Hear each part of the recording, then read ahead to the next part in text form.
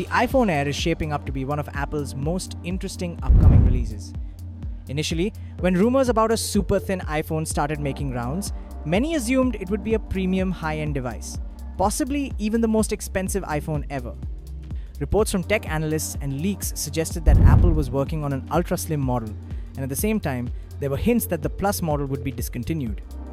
This sparked a lot of speculation about what Apple was really up to.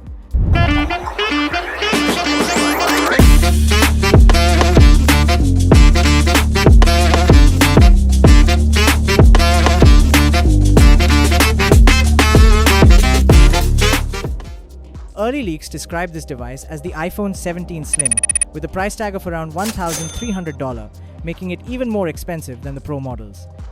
However, that price didn't seem to fit with what was being offered.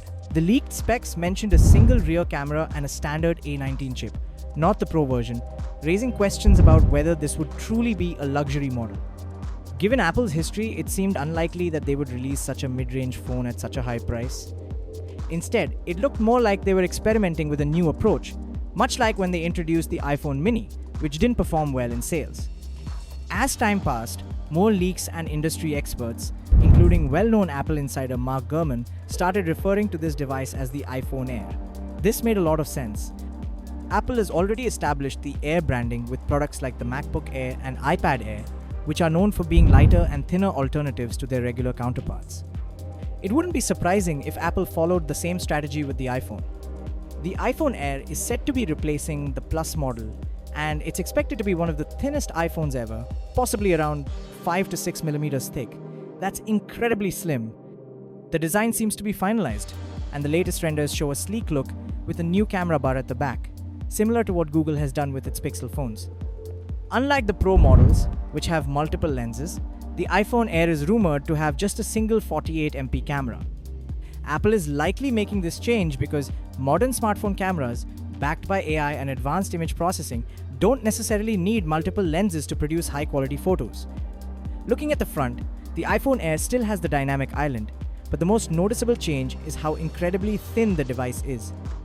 While the Pro models will probably continue to have premium materials and multiple cameras, this Air model is meant to be a side grade, rather than an upgrade, meaning it's more of an alternative option to the base model rather than a step up.